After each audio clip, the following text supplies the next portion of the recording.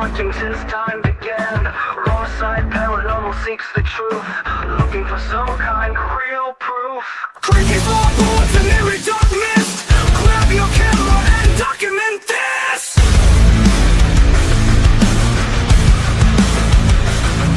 No time to run, no time to hide. We are catching all of this from the raw side.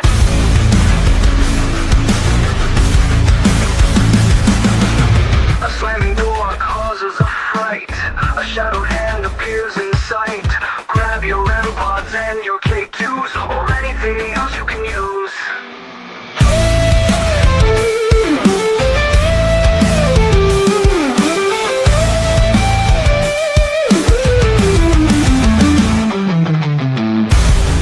No time to run, no time to hide.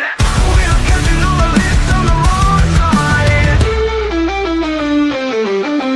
A slamming door causes a fright. A shadowed hand appears in sight. Grab your REM pods and your K2s, or anything else you can use.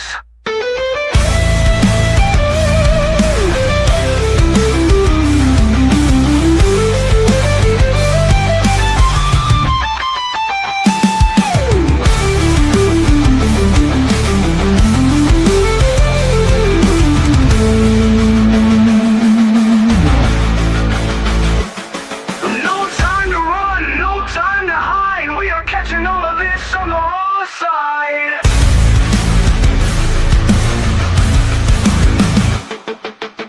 The icy air touches your neck. You feel like screaming, but you stay in check. Orbs rising up to take the magical flight. You can't believe what's happening tonight. Don't run, don't try to hide. We are catching this all on the raw side. Don't run, don't try to hide. We are catching this all on the raw side.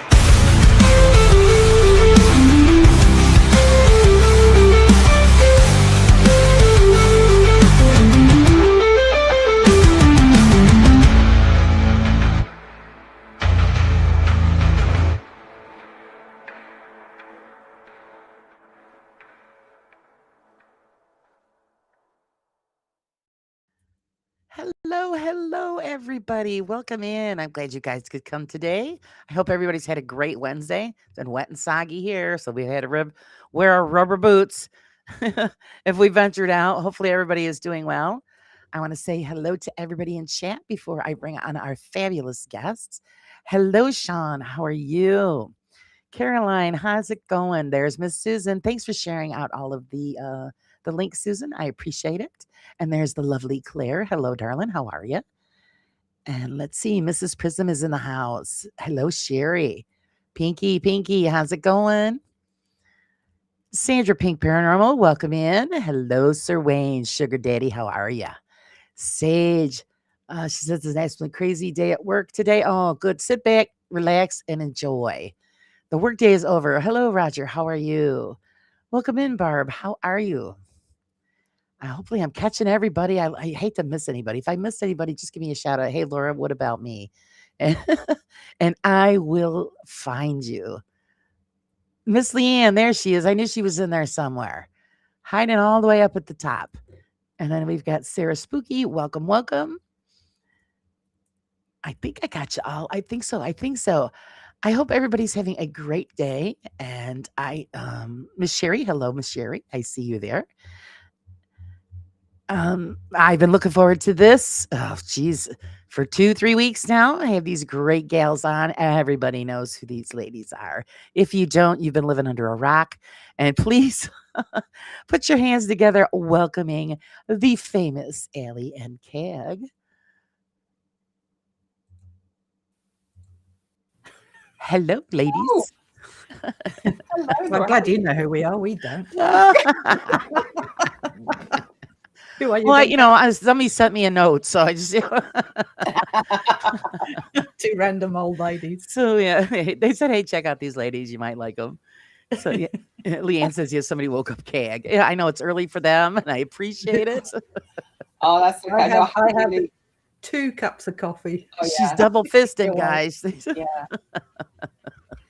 Yeah, I had a bad night. That's why so I'm I need you to wake up. Caroline actually almost woke me up this morning, so that was good. You had the wake up call put in. Yeah, I have to do that sometimes too. It's terrible. Oh my goodness. So, thank you so much for joining us. I really appreciate it. And That's a pleasure. Thank you hello. for asking. I always ask my guests when they come on. We all know that you are paranormal investigators, and you have the interest in the paranormal. But we'd like to know about you. Who are you personally? Well, you can go, Kag. Who are Me? you? I ask her that every day. Who are you? I know you do, don't you? I don't know. I think I've worked with Haunted Horizons for so long now. I've actually forgot who I am. I'm just all about ghosts and podcasts and investigations and booking people. Who am I? I'm old. I'm fat, and I'm married with two children who, well, actually children. They're actually in their 30s, bless them. Originally from England, living in Australia for was it about 18 years, something like that. And that's me, really. I love crafting, by the way, Laura. Wonderful. All right. Love crafting. Don't get time to do it because this woman here keeps me too busy. But love crafting. You've got to make time for it. They're just, I don't Yeah, let that cross the line. There has to be time for crafting. Yeah. I've got nothing else to tell you. My life is not that interesting apart from Well, it doesn't look that way when we see you on screen, that's for sure. And Ali, what about you? Yeah, well, I hate crafting. I hate shopping. I'm with you on that. I hate shopping too. everything that Kag loves with the polar opposite. All right. So we can go shopping together and not even look at the same things. It's great when you go to op shops and you're looking around. I guess with me, I think it's the boring old. I have been consumed by the paranormal for 63 years, really. Probably since a young child, since being born into a haunted house. So it's always been a thing for me. And I guess everything I do centers around that. So started with serious research and then went into not so serious because I did time and we didn't prove anything. So just enjoy it for what it is my motto now. That's what I love about it. When you guys go out on an investigation, you have such a great time. And Do. I mean, you do take it serious of what you're doing, but it's not so serious that, it's a downer. Everybody is you're enjoying yourself and you're letting your audience in to enjoy what you're doing. And I just think that's great because not many people have such a good time when they're doing it. I think people are scared to put that in. I would say that friends going out would probably have fun because if nothing's happening, then you've got nothing else to keep to get the time going. But I think we're less. I think we've just got to an age where we're less conscious of ourselves. It's just like we're more relaxed to share just the friendship, the silly moments, the idiotic moments where I fall over or get stuck in a hole, or most people wouldn't put that in. Right. We're very self-aware. It's like we don't take ourselves. I think younger we would have been more hesitant to show our flaws, if you like. You didn't used to because you were bothered about what people would say with Alison being in the research side of things for so long. And then we just thought, let's give it a go. And it's just, you know what? It's us. It's what we do. And I don't think we thought give it a go. I think it just progressed, didn't it? It just started sneaking in to the videos. And now it's... Well, because nothing much happens anytime we go anywhere. So we have to fill it with something. Yeah. Right. And then we realised it was making people smile. And, it was making people who were struggling. These were the comments we were getting. We've struggled. We're in a really bad place. But for a moment, you made us smile. And I guess that's why more now, as our channel grew, we left more of the fun friendship stuff in there. And I thought, you know what, if we can make a light moment in a day to somebody, then, and we're not self-conscious, so it's just like, there you are. If it makes somebody smile and makes them feel like they're a part of what we're doing is another thing why we do it. Right. Make them feel like they're there with the friendship sort of thing, having that fun. And yeah, if something happens, if it kicks off, you'll see us immediately turn to serious and, Right. and start focusing. But it's like it doesn't always happen. It's most of our episodes, you get very small things, but how do you follow it through, and how do you keep yourself amused? You knock each other, Exactly. you bag each other, Right. yeah. Get So, stuck in holes. and that's the way it's become, unfortunately. Yeah, it's pretty much like that for everybody. It's Mm. because there's a lot of downtime. People just don't realize it, and Yeah, so it's you got to fill it with something, and yeah. you're doing a great job. Oh, thank you. Thank you for the gifted memberships, Sandra. You are fabulous. Thank you. I want to know from each of you, what was your very first paranormal experience? Mm. I never had any experiences whatsoever until I started coming on Alison's tours. That's what my hubby bought me. I was terrified of the paranormal. I used to watch Most Haunted and used to think something would go home with me or I'd be possessed or something like that. And I went on Alison's tours and realised actually it wasn't like that in the slightest. So one of Alison's venues is the National Railway Museum, and I have to say that slowly because I Can struggle you to say say that a railway. bit faster? I struggle to say railway, and this one has put me on that tour. So I have to say once a fortnight, I have to mention the word railway quite often. And before I was a guest, I was with my husband, my youngest son, and another couple, and I actually saw, which I thought was the husband, the woman's husband, walking along the other side of a carriage. I saw I saw the black shoes, I saw the light colored trousers walking along the carriage, and he actually came from the other side of another carriage, so it wasn't him. There was nobody else in the venue. It was just us. So that Wow, was my first ever amazing. sighting. Yeah, as a guest. And I guess mine was, in fact, my earliest childhood memories.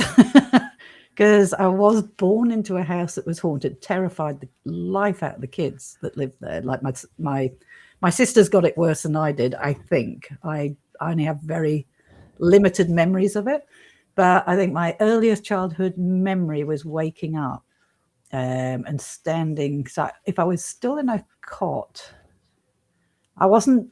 I probably was about 2 years old, I reckon. Excuse me. And hearing heavy male breathing in the room with me, and me screaming for my parents. And the other earliest childhood memory, I think I was about 4. I used to sneak into my brother's bedroom because he had all the cool toys back then. And Doctor Who used to have Daleks, and they used to have the wind up key on them to wind them up. Love Doctor Who. Yeah.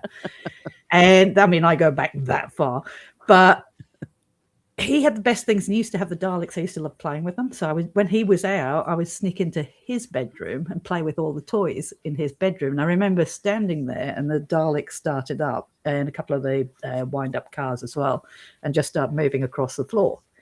Now, the sensible side of me goes, well, did they just have enough wind in them that when I walked in, it just set that last bit of wind off and it started them up? So I guess it's been a lifelong search to find out, is it natural? Is it not? What happened to me? And yeah, it's just been ongoing ever since then. I was always terrified of the house. I was terrified of walking past that house, even at the age of 22. I could not walk past that house. I just had to put my head down, not look at the windows. I was that terrified of that house. So Wow. So yeah, you had multiple experiences throughout the time that you lived there. yeah, they're my only 2 memories of that house. My sisters had it worse. They do remember. And you've got to remember, my parents weren't putting it in our heads. In fact, the parents were doing otherwise. They were trying to explain it away as the street lights and the trees were just casting Right. shadows and stuff like that. So they were trying to play it down. But my sister, one sister in particular, would wake up and see disembodied eyes in the corner of the room. Oh So boy. nobody, no nothing, just the eyes. And they would move across the room and she'd be screaming. The other sister won't have wardrobes in her house, the old style wardrobes, because he used to play with the wardrobes as well, the wardrobe doors. So she has to have modern day sliding ones. She's got a complete phobia against wardrobe doors now.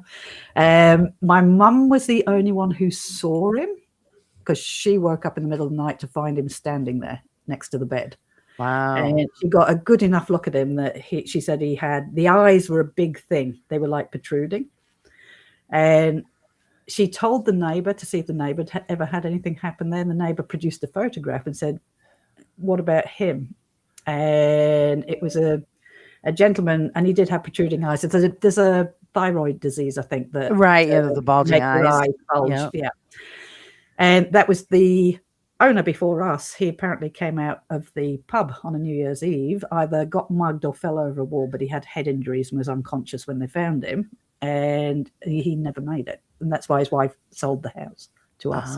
Because she was feeling him. She said she was feeling him put his arms around her. And that's nice, but not if you're scared to death, right? It's not if you can't see your husband doing that. And I guess that's where it started for me. It's and I was quite happy to find natural answers. I went through most of the research, 38 years of research, looking for the natural. So it's but had weird things along the way. right. It's I think we've all been through that where Yeah. something has happened and then you try to find, the real reason why it happened, and then when you can't come up with anything, then that's we're all hooked after that because we're all still searching. Yeah. It's very addictive, isn't it? Yeah, it is. It is. Even when you get to the point where you're thinking, okay, I've had enough of this, I'm not going to do it anymore, something else will happen. And then it starts all over again. So it's we just stick with it.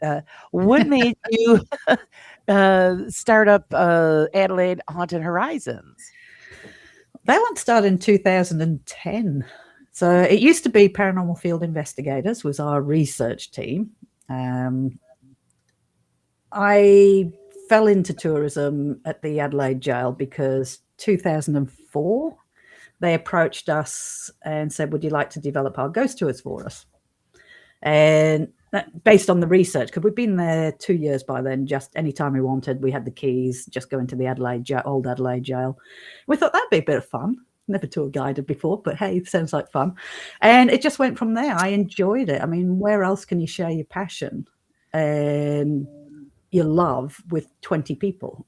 And they're there to listen to your passion. And it was such a good feel.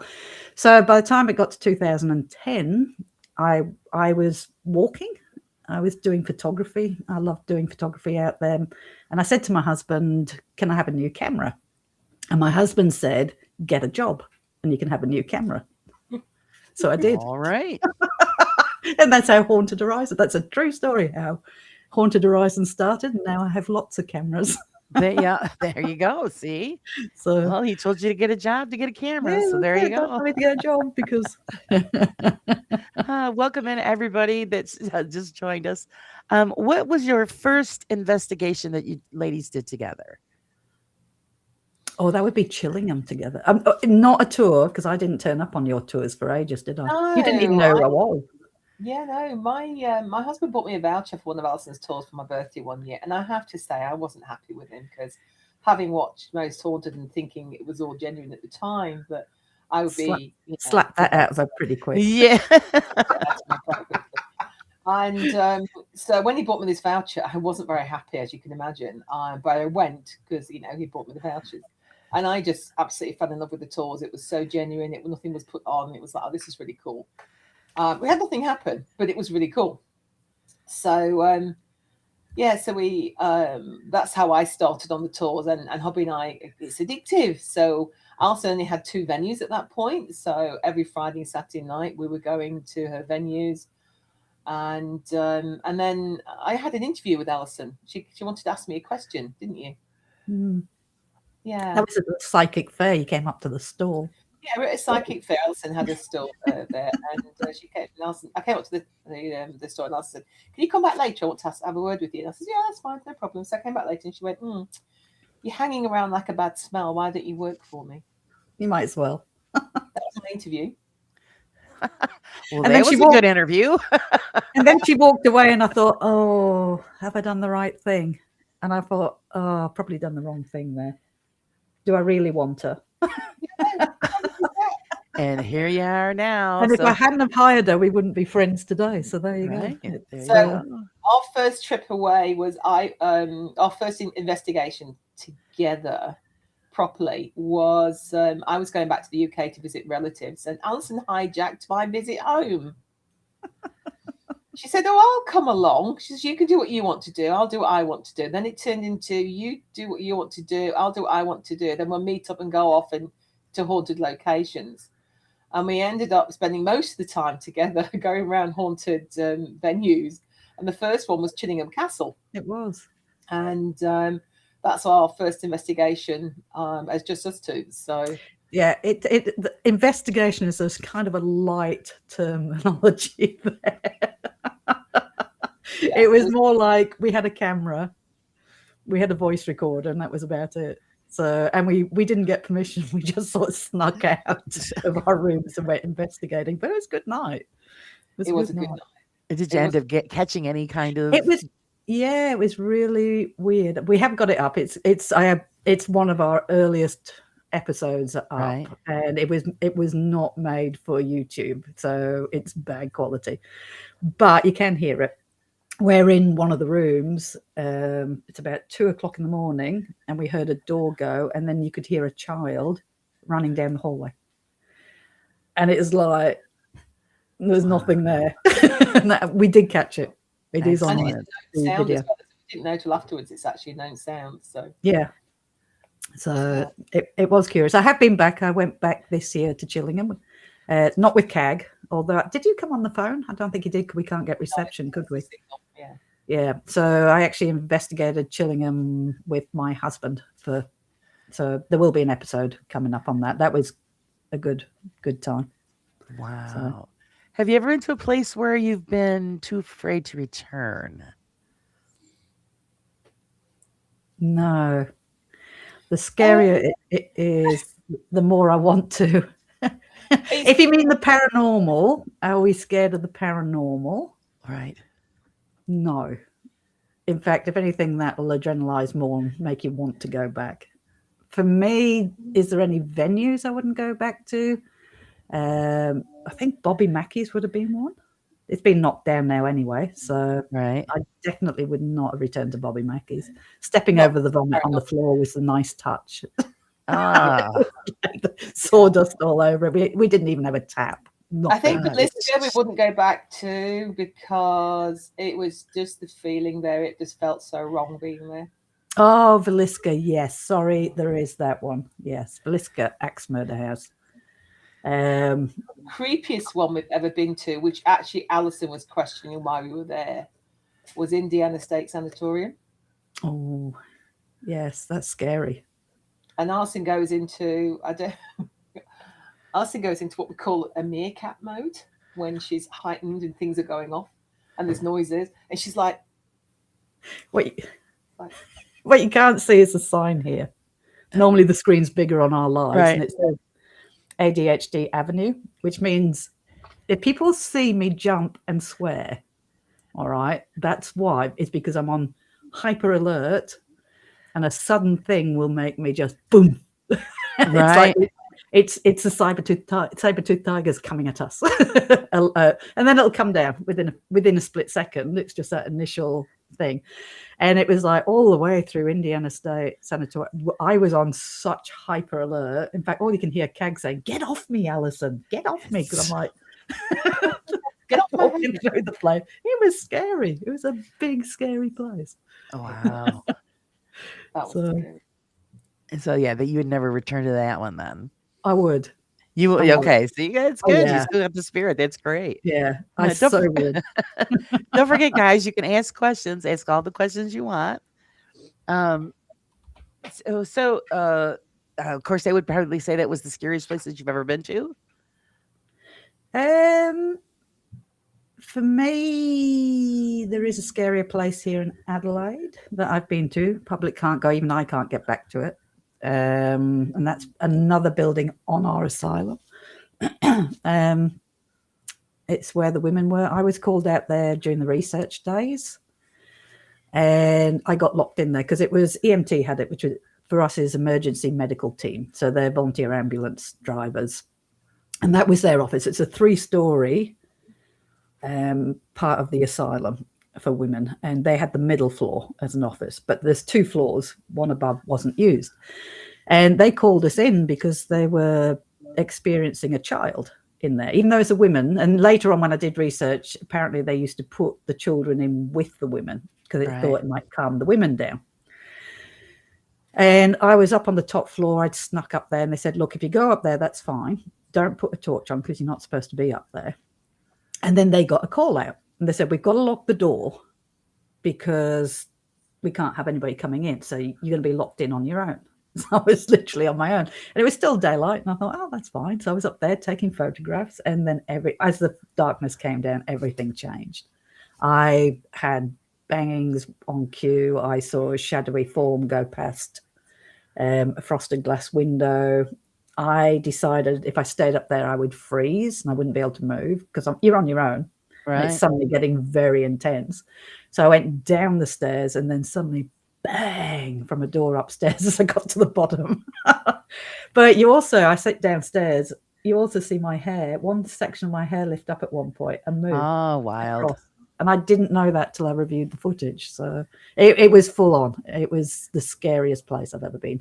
I do have audio of I was sitting taking photographs in the dark on my own. And when I played the video back, the cassette back, which we used in those days, you can hear me clicking off a camera, and then you hear what sounds like a maniacal woman laughing. It's just like this. Noise. And it's like incredible. Oh, glad I didn't hear that when I was on my own in the dark. That's incredible. So that is the most scariest place I've ever been. Oh, that's great. I'd love to go back, but unfortunately it's owned by developers now. So yeah, they ruin it. Good luck to that when it gets made into it might be turned into housing. That's going to be fun. Into apartments. Wow, can you imagine that? Wow, the stories you'll get out of there. So Paul has a question. He says he wants to know what is the dream location that you would like to visit? Haven't we both got the same one that we can't get to? Nobody will ever be able to get to. Tower of London. Tower of London. Yeah, that would be on my dream location. Going to the bloody tower. That's not me swearing. That's what its nickname is. The Tower of London would be definitely up there, but they won't let anybody in. Wow. So, but that would be my top list. Yeah. That's can't you just go out and hang out around outside? I may have gone through the tower when we went through we did a little bit of a Vox thing in there, didn't we? We did. Without anybody knowing. We might have done a little bit as we walked. It's a little on the sly. There you go. See, nobody will know. Doesn't everybody? Sometimes that's the only way you can get in anywhere. It's ridiculous. Sage wants to know, what was the funniest investigation you've done? Oh, Sage. Well, me, Whispers Estate in the glass room, in the mirror room would be the funniest. That and the Memoir House. They would be the two. Oh, but there is the Green County with Bob. Oh, with Bob, the story of Bob. Yeah. There's quite a lot. It's very difficult because there's a lot we found very funny. So for those who don't watch us, Whispers, they've made a room up with mirrors. So it's to create a portal. And the problem is Kagme can't, when nothing's happening, Kagme can't take too much seriously. we were laughing a lot and we were singing and nothing was happening. So we're trying to make up our own entertainment to buy the time. And what did I say? It said F off, didn't it? The app said F off. The ghost box said F off. And I said, did that just say that? And Kay goes, no, I don't think it did. And then I think it was Ghost who said, louder, like that. So I screamed out, F off, louder. Of course, that made us crack up laughing. And then the next thing that came out, you are annoying. It's like, yes, we are. So, but which one's the funniest one for you, Keg? It has to be between that one. I don't know. The Monroe house where you went into that little opening down in the basement and got stuck. That was just hilarious. You got stuck in the crawlway. And then Oh, wow. What's the other one? The Green Green County County. Asylum. We had Dawson there, and Dawson didn't know how to take us, did he? Because we were just killing ourselves laughing. Dawson told us so. And we also came out with the joke about Bob, and that has become that Bob is now stuck. Bob is mentioned everywhere. Bob now. is famous now. He's even on my t-shirt. I should have worn my Bob t-shirt today, Kay. I found it. In fact, what we should do is say to you lot out there, if you watch us, what was your funniest episode? Yeah, There you go. Yeah, you see. So Question for all of you. Comment down below and post what was your funniest episode, What was your funniest? or which one did we annoy you the most in? that's probably get more replies on that one. Which one we were most intolerable in? Well, it might fall in line with this question because Peachy wants to know, Keg and Allison, did you miss Seg whilst he was in America? Oh God, no! No. It was a relief. Country has been so much quieter. They were trying to put up a gate and lock it so he couldn't get back in, but it didn't work, I guess. I believe he's back in by now. Oh yeah, he's back home now. Yeah, he is. Yeah. He is. Oh, Sorry, I've got a visitor. Aww. This is our little baby. Cute. I died laughing when he was with you guys and he was leaving, the one where you said he had to walk to the airport. Oh yeah. Oh my God, it was so funny. It's really funny because we've had a lot of complaints that we bully him and then he bullies us, and it's not at all. We're really good friends. But it's just a sense of humor. And we're like that the whole time. We don't put that on for the camera. We are genuinely like that the whole time with him. Yeah.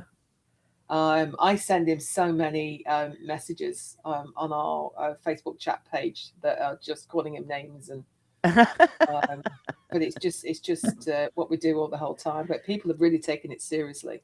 Oh, jeez. It's so funny. I mean, they have to realize that you guys are just joking around. So I know. I don't know. Maybe some people just don't pick up on that. What was it like investigating with Seg? Absolutely. Oh my God, he's got the patience of a 3-month-old, doesn't he? It's like 3 seconds. All goes to death. He gets really shirty if nothing replies to him straight away. He's just so funny, isn't he? Yeah. He's just so funny. We've told him he's the worst investigator we've ever been with. So.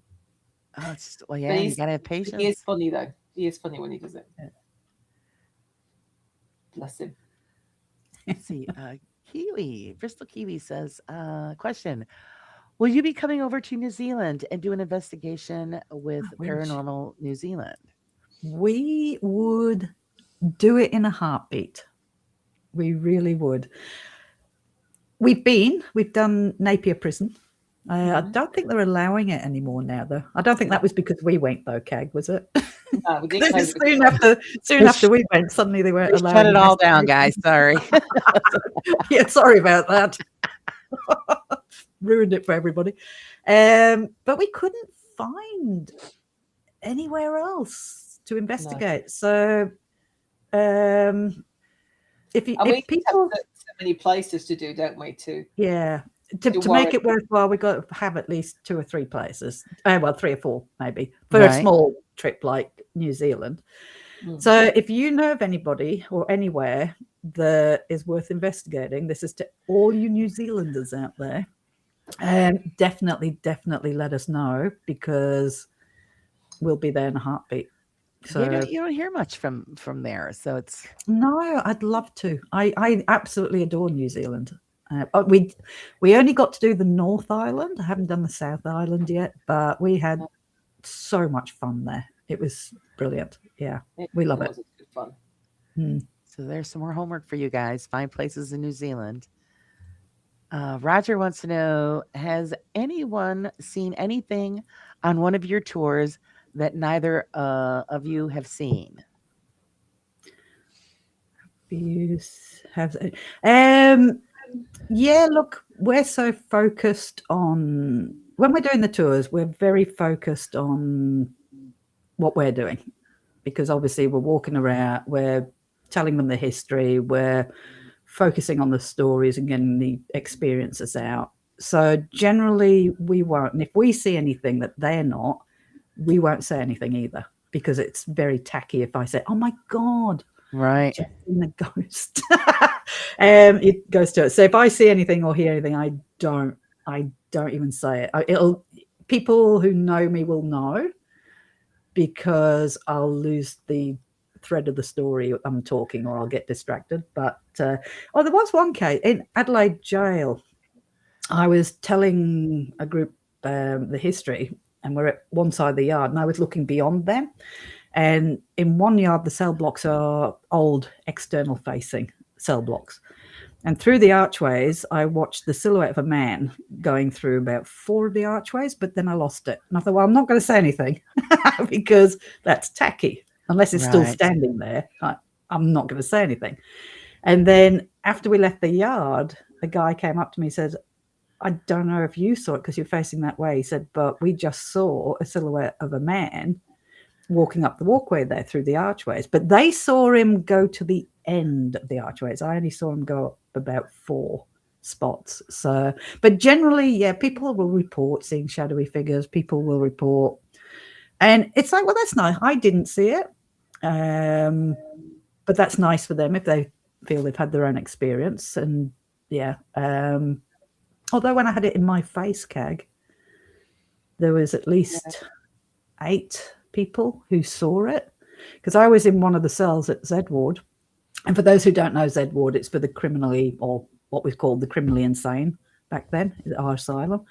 And I was in a room telling the stories, and I had the silhouette of a guest. And again, I'm rational. I'm not going to jump to the paranormal. And I had the silhouette, could we do it without torches, of a guest right in my face. Their face would have been about that far away from mine. And I was really annoyed because at the end of the day, I have a bubble of space, and it really distracts your brain from what you're trying to do, because all you can think about is this annoying guest next to you. Right in yours. And I thought, well, I've got to stop this. So I thought, well, if I make a polite point of it. So I said, I'm sorry. I said, is that somebody next to me? And I put my hand out to touch them. And I honestly expected, because people back off from your touch. And I honestly expected to touch their shoulder about a foot away from me, and my hand just kept going. Now, people who were behind me leaning on the windowsill and the people in front completely lost it because they thought it was a guest as well. And they said what they saw was when my hand went out, it leant back from my hand and then just disappeared in front of them. Incredible. And it was like end of tour. People were fighting to get out. We're out of here. Yeah. And it's like, I'm saying, they go, yes, because that's what I want. My bar is quite high. And I always say to my tour, don't be upset if you say, I've had my hair stroked. And I go, well, that's cute. All right, because I'm up there now with the big things. So I want something that's very definite, something that I can't explain, for my brain in particular. And they're the stories I focus on when I'm doing the tours. These are big ones that really I just can't get a rational explanation for. But yeah, guests will see things and experience things. I can't say whether they have or not because I didn't see and experience it.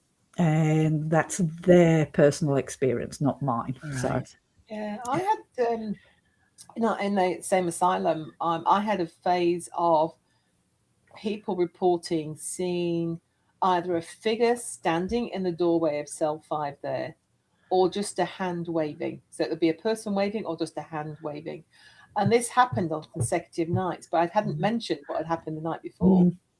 Because if it happens just once, we don't bother. It could just be a one-off or sort of thing. People's But this was imagination, or consecutive Right. nights that people were seeing exactly the same thing. I didn't see it. My backup didn't see it, but we had, and it wasn't just one person; it'd be several people seeing that figure there. I had one tour where, because I stand looking down the hallway, people are sitting in the hallway. And I'll do the history and I'll do the introductions, and my back is to the hallway behind me. And I had a whole tour freak out, the whole tour, because out of cell 5 that you're just talking about, the whole tour watched something very black close to the ground come out of cell 5. It hit the ambient light in the hallway and then just vanished once it hit the ambient light. And that's the whole tour. Saw it. I Wow. didn't, because my back was to it Right. when I was talking to them and doing the introductions. And it's like Kag says, we won't introduce something to the tour or any experience to the tour unless it's happened at least 3 times. Because we're aware people have imaginations, they're cued, they're Sure. heightened. In fact, they hate our tours because I'm the with tour guide out, because they'll go, oh my God, it's a bang. And we'll go, no, it's all right, that's just a possum. Right. Or the other good one is you'll get what looks like a head going across the window, Right. dark head. And it's like, no, that's just a possum running across the external wall there with the spotlights on it. So we are extremely honest because we wanted to prove that Exactly. you don't have to make things up. You don't have to have something happen for people to go away and have enjoyed the night. So, Right. Right. and that's the type of thing we're trying to prove. It's like, let's see what it is first. Let's work it out. And let's see what it is first before we come to that conclusion. I think people appreciate the honesty. So, Yes. Oh yeah. I prefer it that way as well. Yeah. It's easy to make up anything just to have a story. So Exactly. when you The actually have history- it, the history and the place itself exactly. Yeah. sells the reason to be there. So Now, at where you have this tour and stuff, do you have a book where your guest will sign and actually maybe write down an experience that they've had there? that is actually a good thing, Roger. We should do, shouldn't we, Kag? We don't. The couple of the venues do have their own daytime book, and I must admit, I flick through tail and tail. If I'm waiting for the tour, I'll have a little flick through, and things are being put there where people, they don't know about the ghost stuff. They've just come, like caravanners that have come through, and they're talking about the same buildings and getting things happen in the same buildings while they're in Right. them. So that's interesting to read. But I guess we haven't, because they're not our venues to leave a book there. But it would be good. Not all Wouldn't it? venues, but actually, no, Yeah. We do write diaries after every do. tour.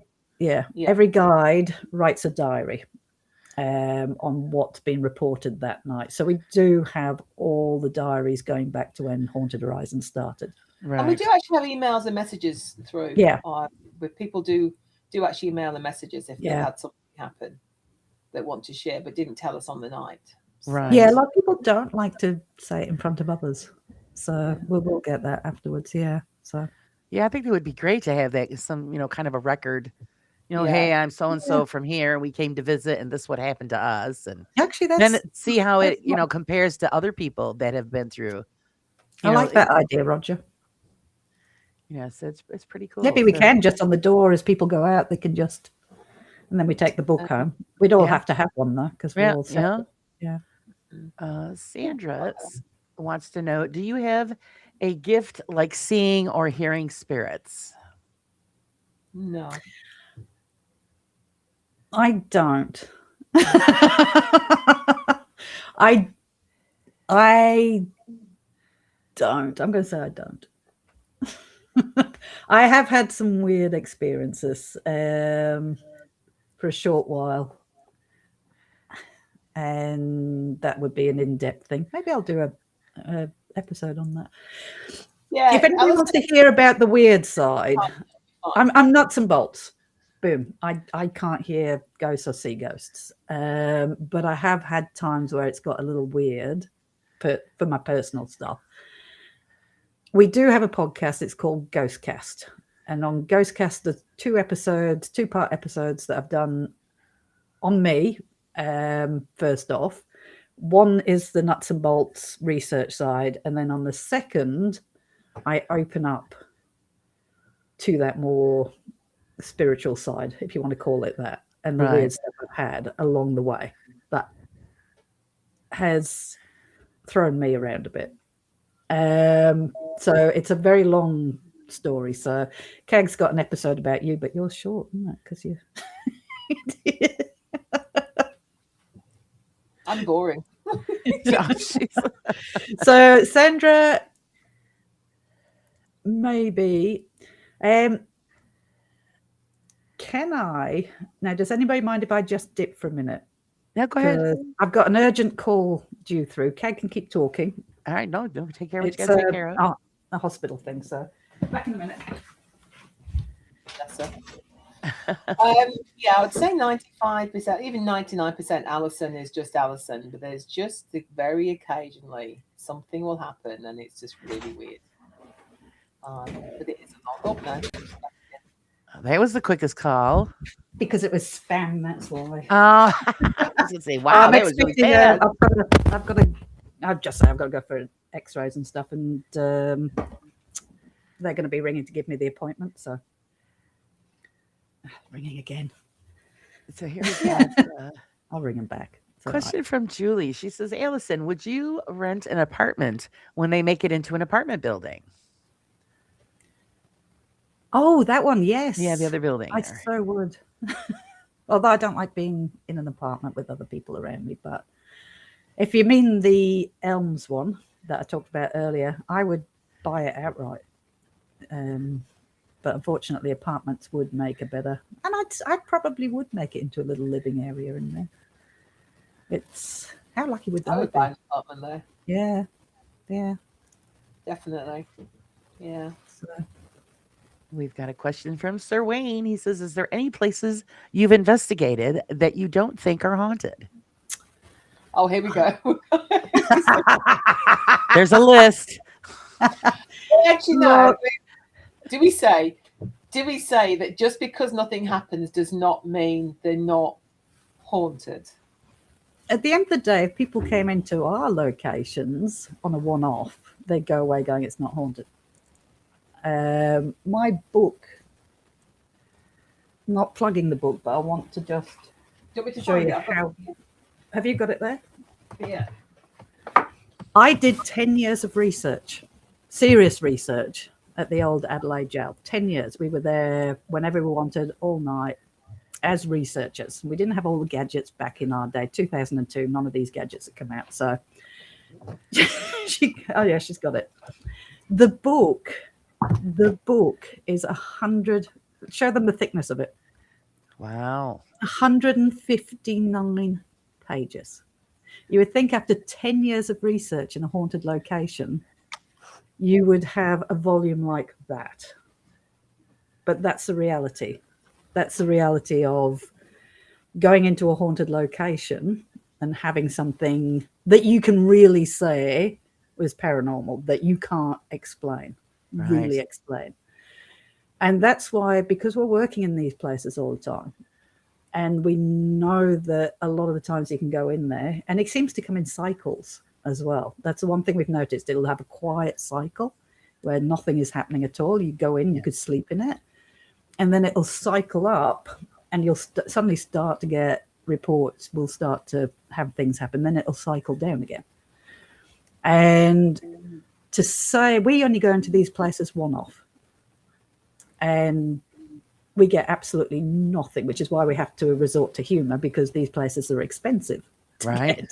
And if I've got no episode, then so this is why we're just us. We just decided to be us. Then at least we get something out of it. Would I say they're not haunted? I would have said, if I judged Waverly Hills on the 2 times I went, Waverly Hills isn't haunted. I had nothing. But the 3rd time we went, we had stuff. Right. So if I judged it on the first 2 times, we would say, no, it's not haunted. And this is why I'm very reluctant to say things aren't haunted, or they are. We're not there enough. We're not there enough. Exactly. Yeah. one I way mean, or it doesn't another. happen when you want it to. No, It happens when it happens. So, exactly. So We're in our locations enough to know whether it's haunted Yeah. or not. Right. but we're not in other locations when we're traveling. We die a death in our locations sometimes. It's like, please do something. Something, right. Flash a light. They're the nights the guys just die a death. But again, we apologize at the end of the night and go to our guests. Look, sorry it was really quiet. Sorry you had nothing happening.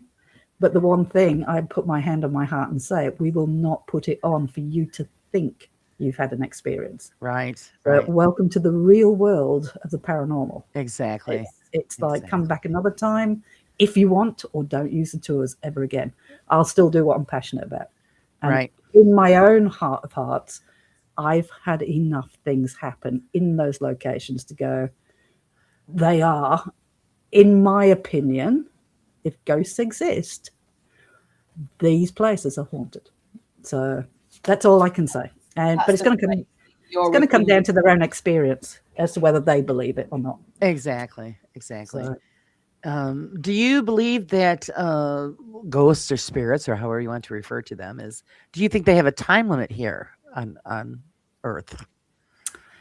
do you know that's a really? I always say, if I say how things work, walk away from me, because I really don't know how it all works. There is stuff happening out there, but I don't know how it works.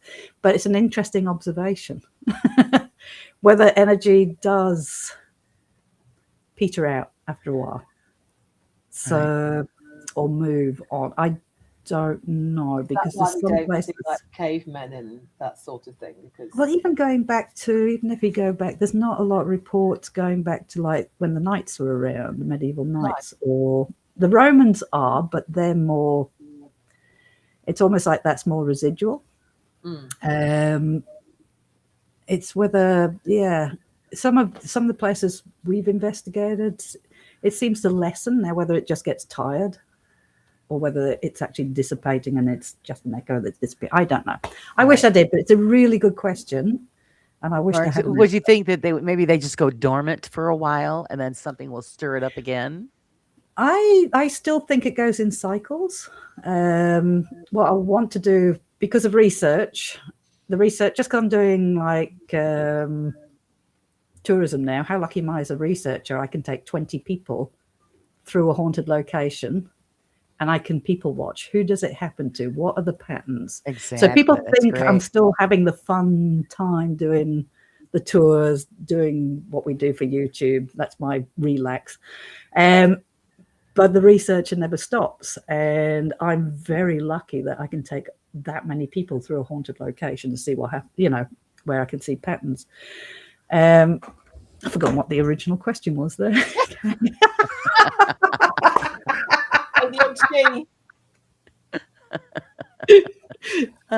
Well, you had answered that. Yeah, the original question was, do you think they have a limited time here? Yeah. Amongst us, or do they go dormant? Yeah. So I want to put every location together at some point after 15 years.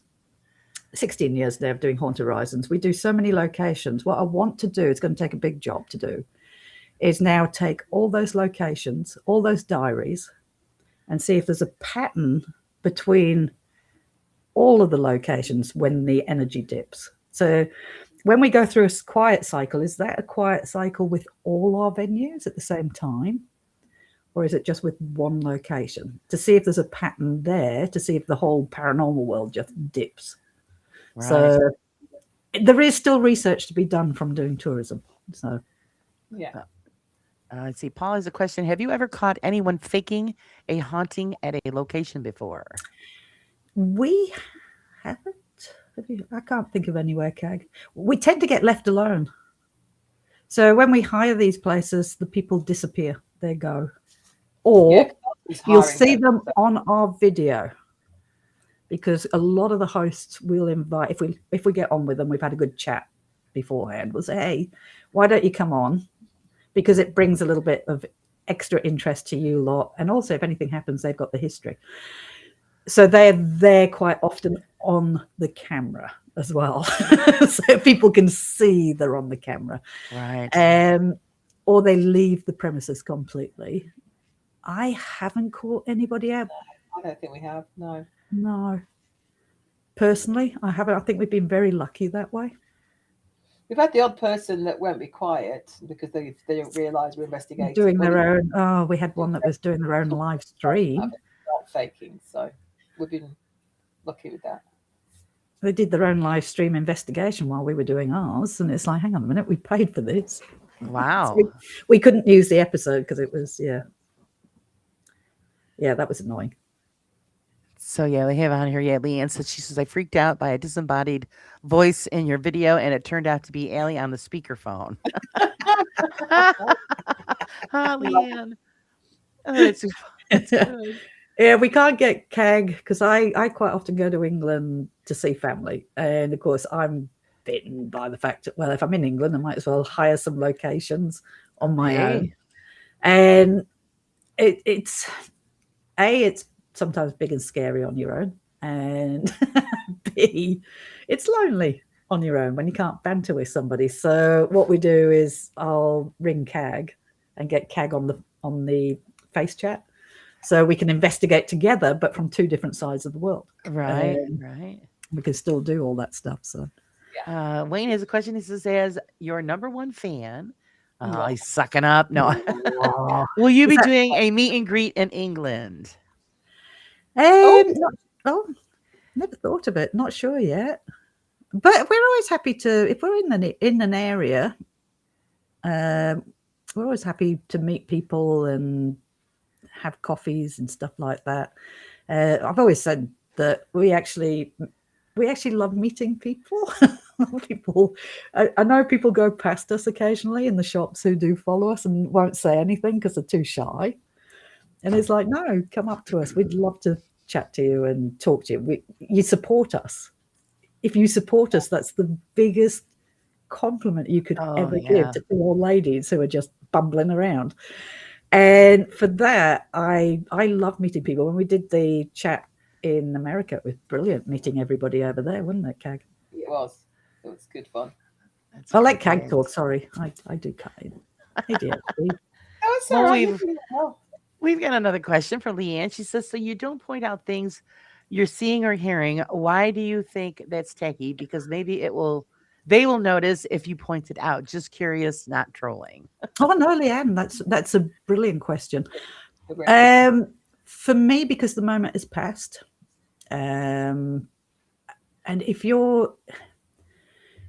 I do on the videos, you'll hear me say it's got very cold, or I've just heard this, or I'm not feeling comfortable, and I'll paint that picture for you.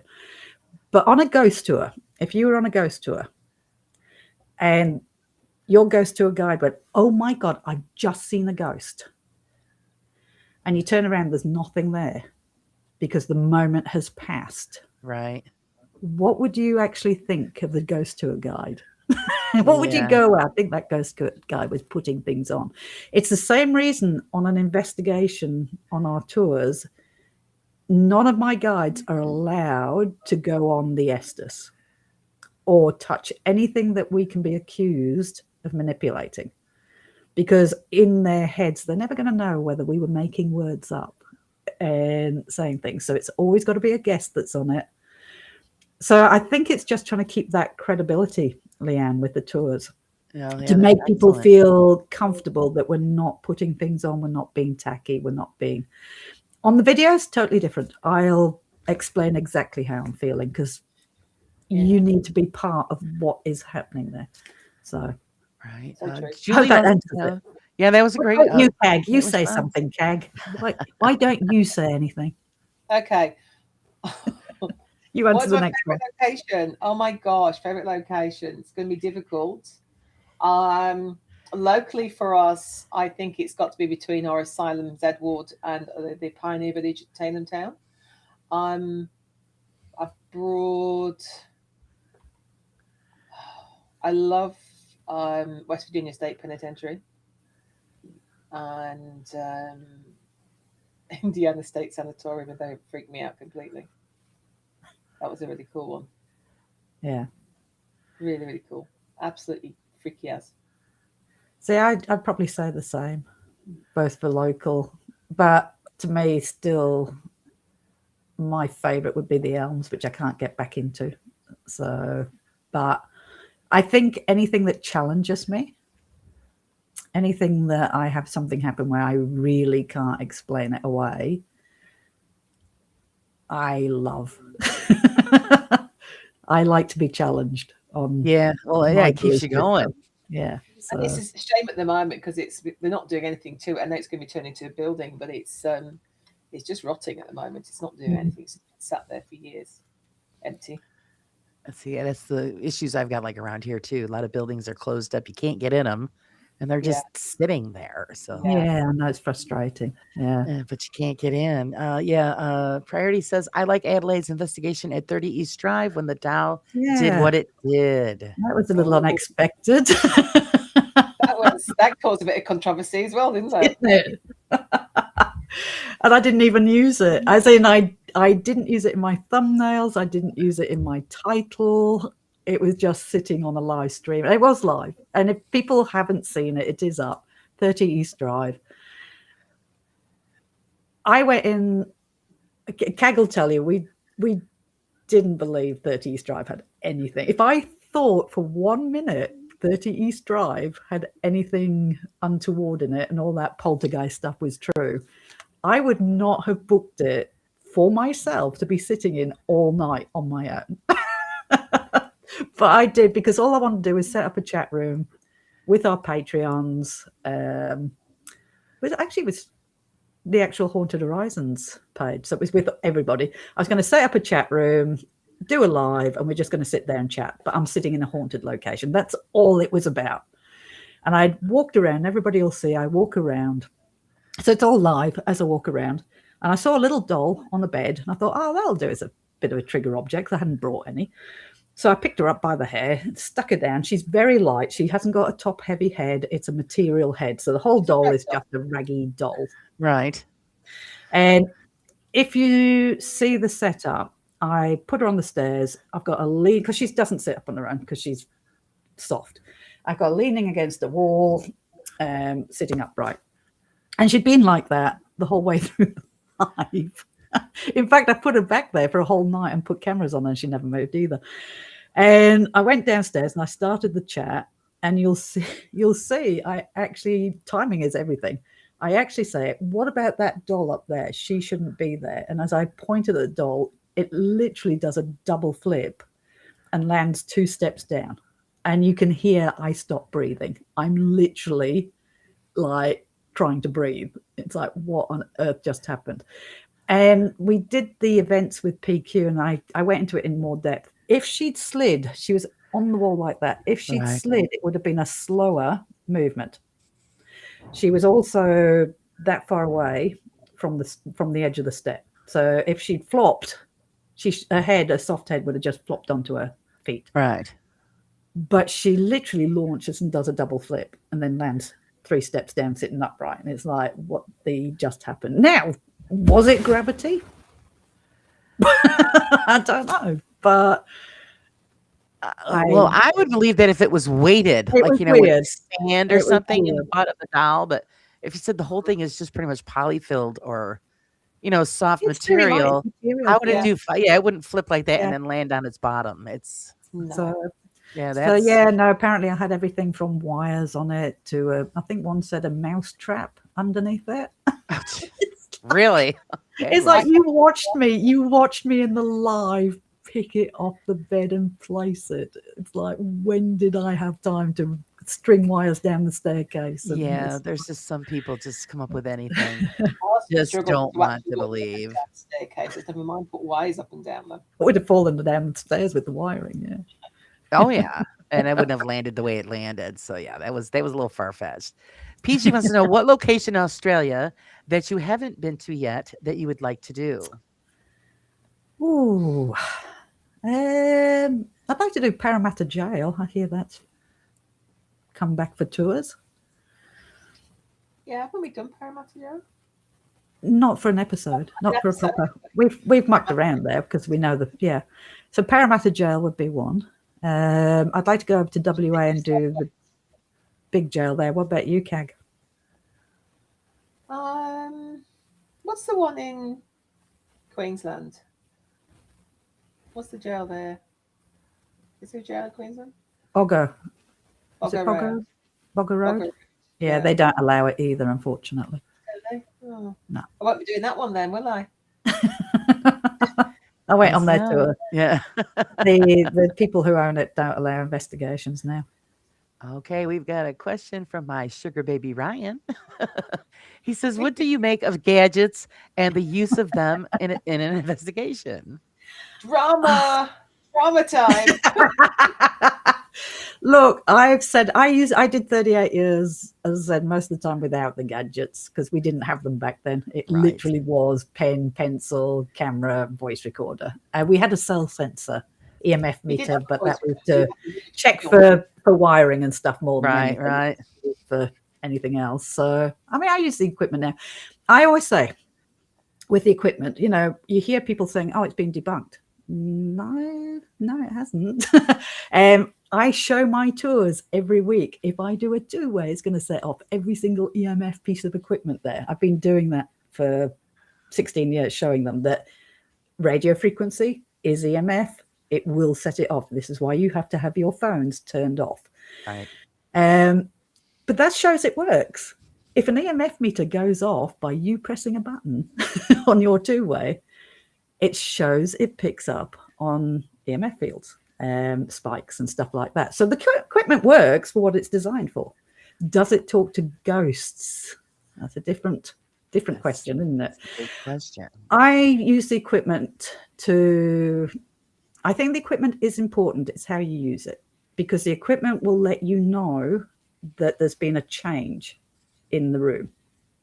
So if your EMF meter's gone off, there's a change. There's been a spike of high EMF. Now, is it a ghost? We can't say that. We can't. It might be something else external that's caused that to go off. But it is like the temperature changing. It's alerting you that something is changing in the environment. That's where the equipment works. It's telling you there's a change. Right.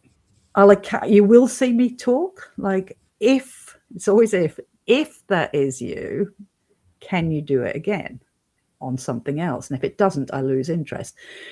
So I'll hedge my bets to see if it goes anywhere. But if it doesn't, all right, well, probably just an external spike, something that just set the equipment off. And then we lose interest and move on. But I think the equipment has its place as long as you don't think you're talking to a ghost all the time with it. And you're just using it for what it's made for, showing you there's a change in the room with you. So I hope that made sense. Oh, yes. Yeah, I totally agree with you on that one. What do you think, Kag? I keep talking all the time. What do you think, Kag?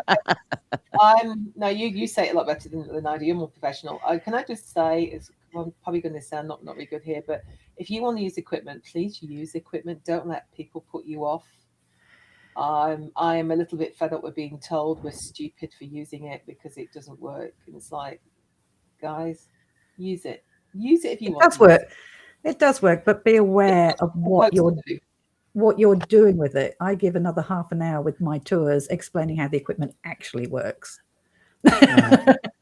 And going, you'll see this in the shows, but be aware of it because right. So, you're giving them the warning. It's, you don't base the entire thing on the equipment. To manipulate. But I mean, I can't remember when we last had a REM pod go off on our video. We've had one at where it seemed to interact. One of the asylums we went to, we had one go off. But I think in most of our episodes, I don't think we've had a REM pod go off. The lantern goes off sometimes, but not the REM pod. No. So right. It's not like it's going off all the I time. agree with Kag. I always tell people I'm not a big advocate of using equipment. I use some stuff. Yeah. But I always tell everybody don't stop experimenting with it, because bottom line is we don't know either way if it's really showing us something or if it's not. Yeah. So you've got to keep up the experiment and just document the data. And when you keep going back, you just see if you're getting the same thing or something different. This is all an experiment anyway, bottom line. We can't even prove this stuff exists. Exactly.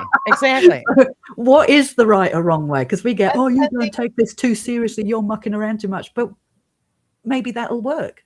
What Exactly. is the right and what Right. is the Well, wrong there way is of no doing guidelines. That's it? It's another thing. like, Somebody says, well, you need to put up regulations or guidelines. Who's going to make up these guidelines yeah, or regulations? How can you do that? You can't do that in this field. we Yeah. don't even know what a ghost is or what it's made of, Exactly. or it's And the thing as well, we've got a better chance than a lot of people because we have seen how this equipment works and how often it goes off because we're doing tours in we're doing numerous tours in numerous venues every week. So that we know that we're spotters. In fact, we're very lucky. I don't think any of ours have got a certain spot where it set things off. But we can keep an eye on what goes off. Mm. So if a RAM pod does go off, say in the asylum, we're really excited because it never goes off. So we can keep a track on what's happening, what's going off, what isn't going off, and we're having it day in day out. So we can keep an idea of what's happening. Where those that just use it once ever so often don't have the privilege of because I think it's a privilege to be able to do what we do. Oh, and see- yeah. and keep an eye on what's going off as well. Oh, Keep an yeah. eye on what's happening. Yes, Sorry, definitely. I spoke there. Well, actually, I have another question that would stem from this is, what is your belief? What do you believe that we become after we leave the physical body? oh, I haven't decided on that yet. I have two sides of me. I have the very rational that says this stuff can't exist. There's got to be an explanation. I have the other side that's had way too many experiences over all these years that it's not often I have big experiences that I go, there is no explanation for that. That side of me would say, from the experiences I've had, that our consciousness does continue in some form when we pass. Do I think they're stuck in our? I don't believe that. I think for whatever reason they're staying behind. Our venues, you can go in there and it feels empty. It feels so empty, like they're not home. But where do they go? And another night you walk in, you go, oh, this feels very different, like something's there. Right. Where do they go? Is it a free will that they're in these places? And again, I'm not saying that is it. So before people, oh no, they're stuck. That's just coming from my personal, and this is all it will ever be, personal experience. And your views will come from your personal experiences. So Right. Oh no, we lost her. Oh, it's a shame. No. Oh, am I still here? Kag did it. She did. Oh, you just wanted to be on top, Kag. I want to be on top for change. Yes, I'm on top. Yeah, she's on top. So, what do you? I know, it was just a glitch. It was weird. So, Kag, what do you believe that happens to us after we leave the physical form? I honestly don't know. I'm like saying with Alison. I've been working with Alison now for 12 years. I'm in haunted locations between 3 and 5 nights a week, depending on how busy we are and how many staff are available. I've had some weird things happen that I honestly can't explain. I really can't explain this. So I don't know. There's something out there, but I don't know. I don't know what happens, but it's fascinating. I just love it. Does it bring you any kind of comfort knowing that, okay, after we do pass, there's going to be something else? Yeah, my mum so. comes through a lot. Oh, your mum. Wait till you watch the next episode. Oh my God. Does she? My mum came through 9 days after she passed away. Yeah. And we were doing a live investigation on our Haunted Horizons page. And then she came through that often that I had to just say to Mike, it was coming through on tours as well. And I just had to stop the tour one day. And my mum knew exactly what I used to do. She always used to say, anything happens to me, I'll come through. All right, which is great. Not when I'm working with people that have paid for an investigation. Oh, I lost connection. So We're having glitching here. Go ahead. I had to take my group to one side and say, sorry, guys, just a minute. I say, Mother, if you're here, bugger off and come back later on, and I'll talk to you then. Right, I'm working, Mom. I'm getting paid for this. Let's go, boot. Mind you, she came through at Geelong. when we're there with PQ, and Well, she wants to be a part of the experience. I actually played Cat. Well, you won't see it in the episode. I might put it up for members, but there's a little extra bit where I brought Kag into the office because I know what I was hearing. And very quickly, it was apparent that it was Kag's mum. And I put it on. I said, Kag, just listen to this and tell me what you're hearing. And you were in tears at one point, weren't you? Because you were, yeah. And I purposely didn't put it in her head as to what it was I was hearing coming through. Right. So I think you finally got the message you were always after, didn't you? I got the message that I've always wanted. And it was just before your 60th birthday? It was. Incredible. So yeah. So that's in the next episode. Okay, Barbie has a question. She says, didn't you experience what seemed like a creeper at Z Ward one night where you had to stop there on the way home? You were sitting on the floor feeling very uneasy. I know, guys, I'm like really way behind on stuff. We're catching up. During the fire when you were there and you were uneasy? No. Was that when I was going on my own to it's after 11 years, Barb. So many things happening. It's like I'm trying to pinpoint which one you meant. We've had lots of stuff happen. Is that a lie? If I'm sitting on the floor very uneasy, it was probably alive. Well, it would be if Barb saw it.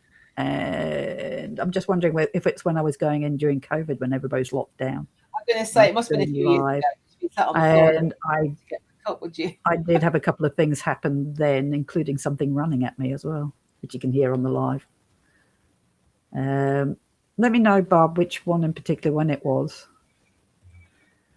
Julie wants to know when your next book is coming out. She has the first one. Julie, that was such a big joke. You joker, you. The first book was written in 2010 before I set up Haunted Horizons. And then I got a business. I used to write in the mornings at about 5:30 in the morning when the world was quiet. Of course, now I run a business and a YouTube channel, so I'm editing. I do have about 5 books, Julie. Half done. Well, part done. This chapter's done in each. And then I go on to the next one. I've another good idea. One day, once I catch up with all the editing, and I'll go back and keep going with the other books. Okay, we got here. I know, Phil. I'm going to reach Seg's level of behind on chat. It's terrible. I've never been this behind ever. Paul wants to know, when you say if ghosts exist, after everything you've mentioned, you've said, believe they exist. Oh, that comes down to my two sides of the brain. It's an internal struggle. Yes, if you ask me privately, do I think ghosts exist? Yes, I do. I think the question is, what are we dealing with? I think is a more important question. And I haven't decided yet. Because I think we all try and put it all into one box. And I don't think what we're dealing with the paranormal can all be neatly put into one box. It's a ghost. I think there's a lot of other things happening that we have no understanding of. Yes, I believe our consciousness goes. Yes, I'm going to say, Paul, if you'd asked me 10 years ago, I'm not sure. I've had experiences what it is. Now I probably am more inclined to say ghosts exist. I've seen the figures. I've had things happen I can't explain. My rational brain goes, what is it? My other side goes, it's a ghost. It's a dead person. It's a hard one. I don't think you can put it in one box. Do I believe? I've rambled. Do I believe in ghosts? Yes, I think there's stuff happening to do with an intelligence, and I'd like to think it's our consciousness. I'd like to think it's us. We've had enough happen to say that is the answer. And I feel uncomfortable saying that because there's a rational side going, but for 38 years, you were trying to find a rational answer. I can't. This is why I've stepped back from research. I am just going to enjoy it for what it is, something we don't understand. And I'm just going to revel in that and go with the flow. Right. I think we'll find out one day. Well, hopefully all of us will find out what any of it one day. Yeah, in a word, yes, I do. I might as well say it. Yes, I do believe in ghosts. I've had too much happen. So, Kag, your side, do you believe, or you're just I'm a skeptical believer. okay? So it's a bit like not everything that happens is paranormal. If it is something possibly paranormal, it's only a tiny amount. But I've had too many doing these tours myself, go off investigating with Alison and being with guests. I've had enough things happen to know there's something out there. But again, very little of that is paranormal. Very small amount, possibly paranormal. All right. So I've got towards the bottom, guys. If I missed any of your questions, please put them up again. Steph says, "Do you have a cat? And if you don't and decide to get one, would you consider naming it Bob?" I think we've named everything Bob. My drone is called Bob. Yes, the drone is Bob. You've got a Bob T-shirt. Yeah, we call most things Bob now. Thank you to Alison's joke. Alison can't have cats; she's allergic to them. So there's a little bit of Bob everywhere. Yeah, no. Unfortunately, my son's named our new little kitten, so I couldn't call that one Bob. But he's got 4 legs. It can't be Bob. Okay, Miss Cree. Here we go. The lovely Cree says, Hey, Cree. "Oop, it was jumping on me while I clicked on it. There we go. Do you think science has a place in the paranormal investigations? If so, how and what part should they be doing to help instead of always seeming to fight investigators and investigations?" You see, Love your questions to people, by the way. Go, Cree. I know she's got the greatest questions. Cree's great. I honestly think, because people go, well, we want proof before we believe in ghosts. But what's the proof you want? What proof do you need? Because anything that us investigators put forward won't be proof. No. Because you had to be there to have it happen. You have to be there when that EVP was caught. You have to be there when that event happened. So it's not proof that you're after.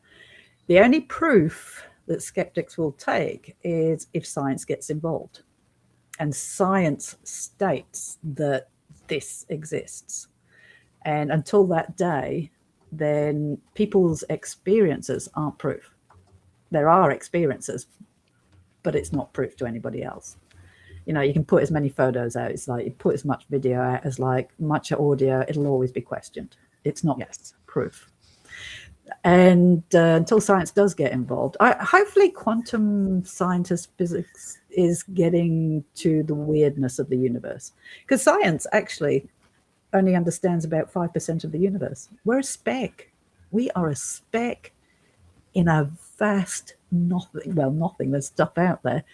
But we're a tiny little speck. And to think we know everything and how everything works, we're ignoring what's out there that we don't understand. I don't think it'll be in our lifetime. Scientists won't get involved because they're not going to have a grant paid for them to, and that's what they depend on, isn't really? Right. Is being paid grants to be able to do that research, and they're not going to get that for, hey, can you look into ghosts? Right, yeah, it'll be like until last science on the list. Does get involved, there is no proof that any of us can put out there that says ghosts exist. But Are we all delusional? For all those people who've had an experience, and big experience that they really can't explain, does that mean we're all delusional? If one person had a genuine experience, then that makes it worth looking at. Right, trying to discover what the answer is. According to a lot of people, we are delusional because and money grabbing. That's what people are in the paranormal world. Right. Well, they call us crazy, or I go, well, you got to be a little crazy to do this. I don't mind being called crazy. I don't mind bantering, but don't call me stupid. Don't call me delusional. Don't call me a faker. Right. Right. I do have. Alison's a lot more professional than me. I don't get into that. Kag's off on a thing now.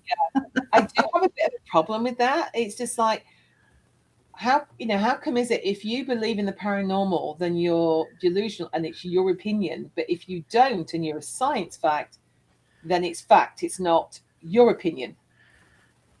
That's what I can't get my head around. It's like it's all to do with opinions. I think it's all to do with our experiences, and that's all it ever will be. We've had the experiences that tell us there is weird stuff happening out there. Right. Other people haven't had those experiences, and science says this shouldn't be happening. So that's their experience, and that's now what they have their belief, which is fine. It's good. I actually get on with the skeptics. I think I took a Australian Skeptic Society on a ghost tour around the jail, and I got 4.5 out of 5. But they were really good. They said they love ghost tours because they're fun and you get to learn history from them, and they love doing them. Right. So, and I was part of the Skeptic Society for a little bit as well. I even was going to their meetings, and I got on with all the skeptics because we are rational and we can chat. But it just seems to be now that, if you don't fall into that line, then we're just delusional and stupid or faking. And it's like, no, there is a place for equipment. There is a place to do this stuff. As long as we're not faking the stuff. Right. And, you can't judge anybody because it is a personal experience for each person that goes through it. Always And, will be. we always get back for it. Yeah. Cree wants to know if you have collabed with quite a few teams, but who would you really like a chance to collab with that you haven't? You see, I haven't kept up to date with teams. I'd like to do Bad Cat Paranormal. Broadside aren't too bad. I mean, I don't really know. I mean, I've heard Broadside. Broadside. I don't know. She beats us up in the ring. She annihilated us in the wrestling. We're not bitter. Broadside. Well, at least I'm tough and I won't run. So Bad Cat Paranormal. I'd like to do something with her in England if she's happy to do something. I haven't really thought about it, really. But nice. Steve. I think we do it with Paranormal Quest because we've known them for so long. We've known them since 2017. Right. And I guess, and you'll see it in our banter, that we are very good friends and we can knock each other and we've got the same humor and we ad-lib just like that. It's like there's no practicing rootin' tootin' rhyme or anything like that. Well, here's a team for you to try out. Bristol Paranormal Hunters UK. Sean and Ryan, that would be fun. That would be fun. Sean's question is, do you think that paranormal will ever be proven or disproven? Do you think scientists will get back into it? I honestly, I don't know how young you are, but in my lifetime, probably not. I can't see it happening. I really can't. Right. I'm trying to learn more about, I've got a whole load of books over here on quantum physics and the quantum reality. I think that is where we'll get closer to it with that. But your standard science, I don't think in our lifetime it will be. And you know what? I hope not. I think it's going to be a sad world when everything is explainable. Oh, yeah. We have to have the little But there's magic. no mystery. There's no mystery left to anything. I think there's something deep in our core where we like to have that mystery. So yeah, it's nice to have that. Yeah, that little magic. I say we can't take the magic out of everything. The magic, exactly. Let's see. Miss Cree has another question. She says, "You were uncomfortable investigating the Axe Murder House and Cabin 13 because of the history. Where else do you feel people investigate that they really shouldn't?" I'm not bad. I personally don't get involved in anything that's still got relatives living. I get asked all the time. 'Cause I do dark history tours. I don't just do ghosts. I do the dark history side, which is people history and society and stuff like that. And on my dark history tours in Adelaide, people say, why don't you do about the barrels? Because here we had a thing called Snowtown. We had serial killers back in the, was it 70s, 80s? Quite a lot in Adelaide. And one of them was putting them into barrels with acid, and yeah. And they're saying, well, why don't you talk about that on your Dark History tour? And it's like, because you can't learn anything from that. You can glorify it, but I'm not going to do a tour and glorify somebody's loved one's death when they're still alive, grieving over the horrible thing that happened. And it's the same with investigating. Somebody said, well, why don't you go to the Belangolo forest, which is where Ivan Milat was killing backpackers and burying them in there. The same reason. There are loved ones alive today that are grieving and hurting because of what happened to their son, their daughter. And that's not my place to go and do that. So, yeah, things like the Holocaust. I mean, yeah, it would be great, wouldn't it? I mean, deep in the psyche, it would be fascinating to do. Would I do it? No, because I wouldn't feel right. I'd feel very, very uncomfortable touching that. So I just have that line where it's got to be preferably before the 40s, going back to the 50s, 40s, and back from there. It's why I always did historical places, not modern day murders. We were actually given the opportunity to go to where the Snowtown bodies were kept. We actually refused, didn't we? We turned it down. Yeah. So. Yeah, you have to. Yeah, I agree with you. You got to draw a line on certain things. When especially like with the Holocaust, you just don't do that. There's still people that are family members that are alive and they've been through it. My family has been through it. Yeah. My grandparents were in concentration camps. So that's something that they don't want to, most of them don't want to discuss because they don't want to remember any of it. No. I mean, I sat in the Velisca X. We hired it for Kag and me, and we sat there, and I think we sat there till, I think it was 2:00 in the morning. We just sat in the kitchen. We just couldn't investigate. It was like, I can't do this. I've got the children's photos smiling with their mum looking down on me, and I'm a mother, and I just can't do this. I think we did a token investigation for an hour and a half, which is up. But we sat there. We left in the abandonment in the end. Yeah. And eventually, I think eventually we went to sleep in the car and we just left cameras running most of it. I just couldn't do it. It doesn't make me feel right. It just doesn't sit right. Yeah. You just don't do it. Yeah. Julie wants to know, what's your favorite drink to unwind with? At the end of an investigation when we're traveling. I love America because you sell these 2-liter bottles of Bacardi. Oh, yeah. They're dirt cheap. Yeah. Oh my God, it'd be over $100 for something as big as that. And it's like, we're like, yes, Bacardi. So we do, after a long night, you do have to unwind. So we don't drink that much now, though, do we? We only have one. Used to be we'd come home and demolish half a bottle and then do a live stream, which is always a good time. Those watching enjoyed it. All right, Miss Cree has another question. She says, plus my question is Native Americans believe we share space with spirits and they are all around us. This was long before paranormal was really spoken about. It had come from somewhere else, right? Yeah, most societies, native societies, have the same belief. Your ancestors are all around you. You can actually talk to them. And I've always said I could probably take a house that is not known to be haunted. Let's say it was built 10 years ago. And it was an experiment I wanted to do. And I reckon my belief is I could make that haunted. Or appear to be haunted, not from faking, but if you're calling in whatever, wanting to talk, then why does it have to just be in a haunted house? If we're surrounded by energy and spirits, and then we should be able to do it anyway, not just in a haunted house.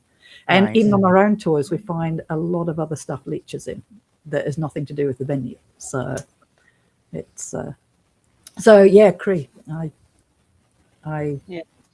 have thought about that.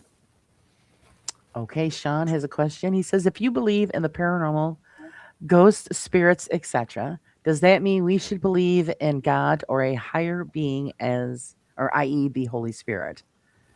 I what about you, Kay? I'm doing all the talking here. I'm sorry, guys. Oh no, because you're very good at it. To me, do you want my blunt answer? No. I don't think you have to. I'm I mean, personally, in that's fine. It's no issue yeah, at all. I'm personally not religious.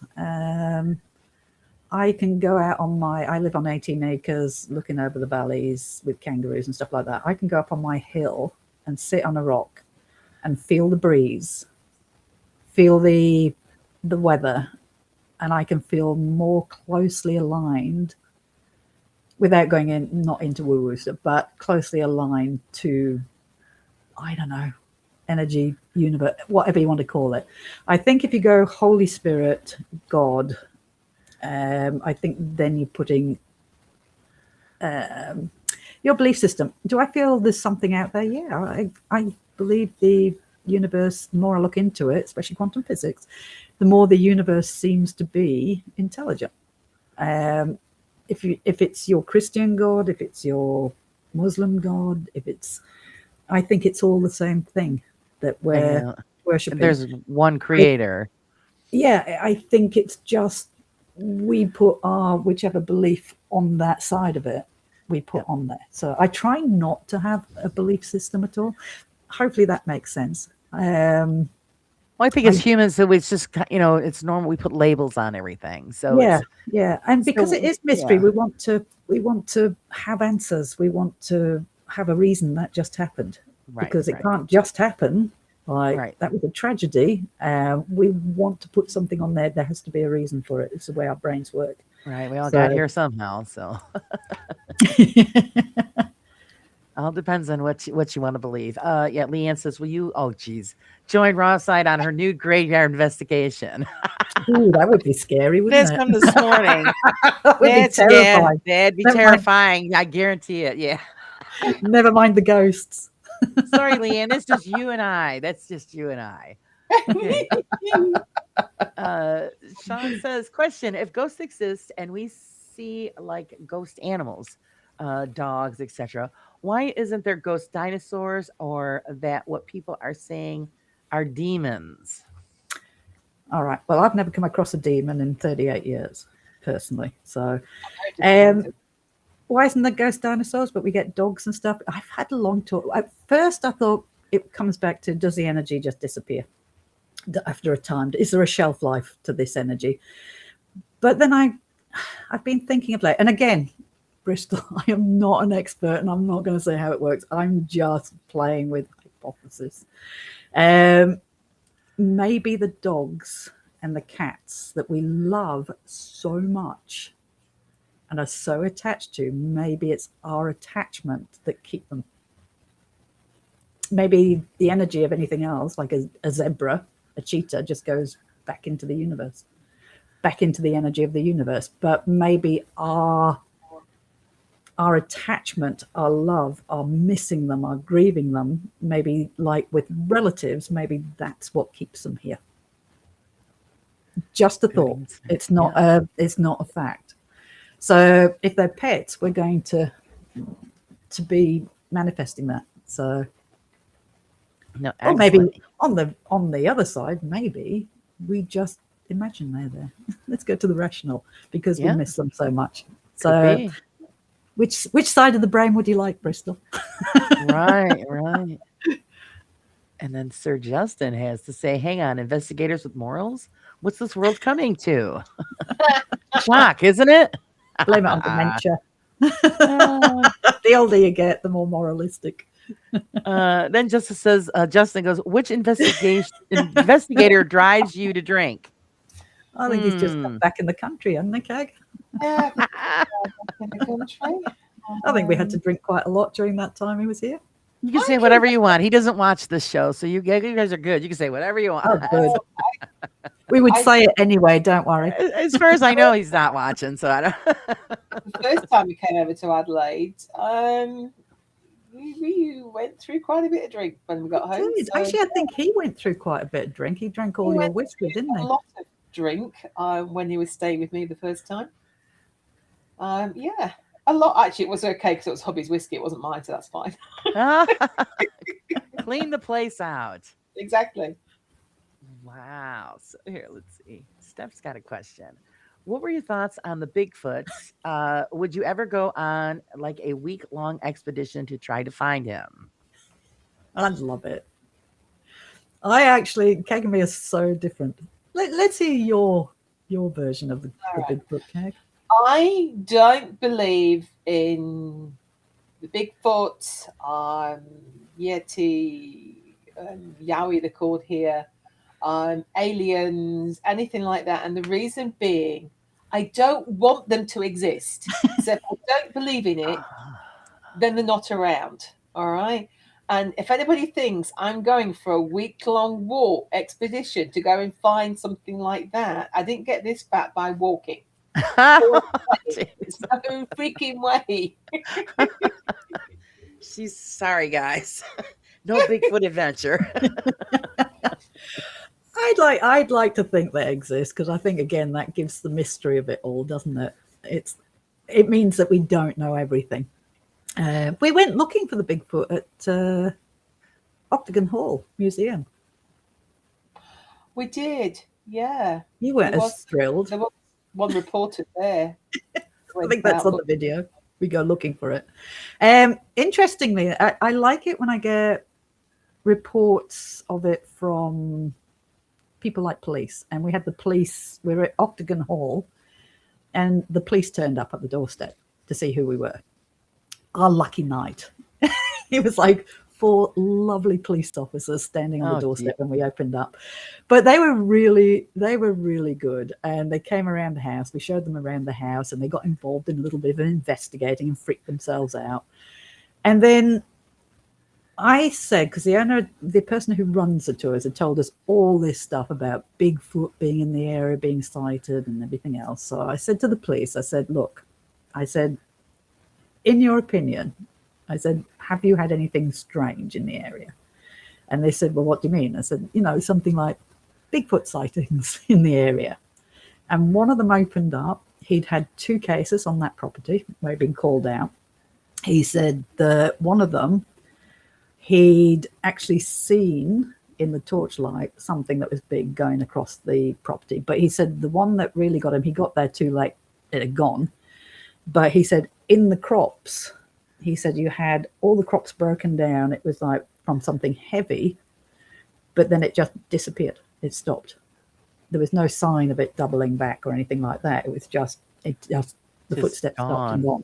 Yeah. Right.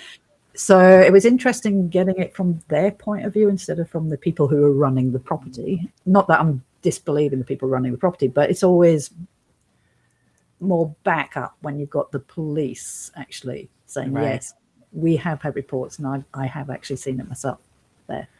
And I think they were talking, we were recording them. I didn't record their faces, but we do have the audio of them telling us that story. So people go to the Octagon Hall Museum episode when the police turn up. His stories are on there. I did include them in the episode. So yeah, it's pretty interesting. I have friends of mine that came back here to visit. I live at the foothills of the Adirondack Mountains, and who knew? Big Bigfoot area. And they actually, him and his daughter had an experience on one of the trails in the woods. She ran into something that was huge and scared the living life out of her. And she didn't want to. Her father's like, "What's the matter? What's the matter?" And she never swears, and she said, "We need to get the F out of here right now." She was white as a ghost. And she was like face to face, whatever this thing was, and it was gone as quick as she had discovered it. So I mean, either it blended in with the forest, or it's just that quick. But yeah, scared her to death. So who knows what the hell it was? So the only thing you're going to think of is Bigfoot, because she said it was about 8 foot tall. Yeah. Covered in hair. Wow. Then, I mean, we're going off out to space to explore space, but there's so much we haven't explored yet on the planet. Exactly. Either. Exactly. So much areas that haven't been explored, and things are being found all the time. So Yes, I always leave that door open too because not for nothing. Remember, I mean, centuries ago, no such thing as giant squid, and yeah, now we know they exist. the Kraken. So who knows if maybe Bigfoot is out there and we just haven't had that experience yet. Yeah.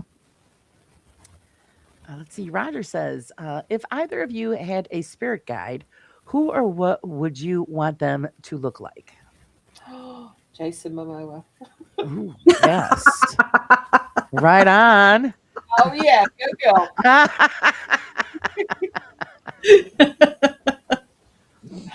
Yeah, somebody like that would be good. We wouldn't wouldn't argue with that one. No way. it? Right.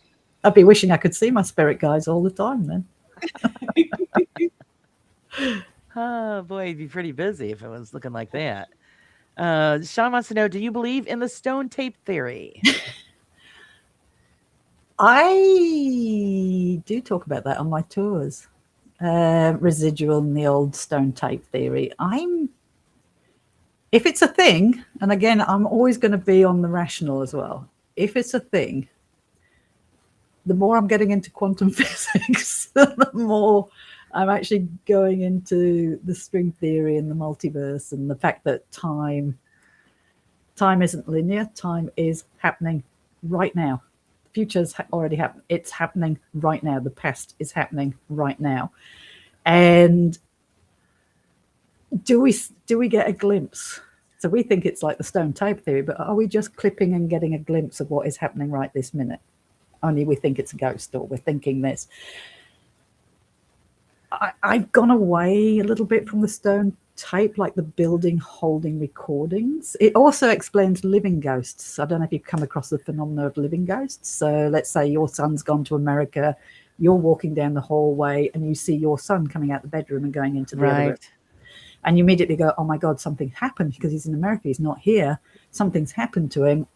I better ring, because you think it's his ghost. And then Right. you go, no, I'm fine. What's wrong? But you've just seen him. Just going seen him, from one right, place to right. the other. Now, is that more to do with that you've just seen the past just happen momentarily, because it's still all around us, and for whatever reason we've clipped into it? Love it, Bristol. Love it. And I just want to say one thing as well. I don't know. All right. And it's all right to say Yeah. that you don't know. See right there. You can just have the same. ideas in your head, and Yeah. those ideas will change depending on something else will happen.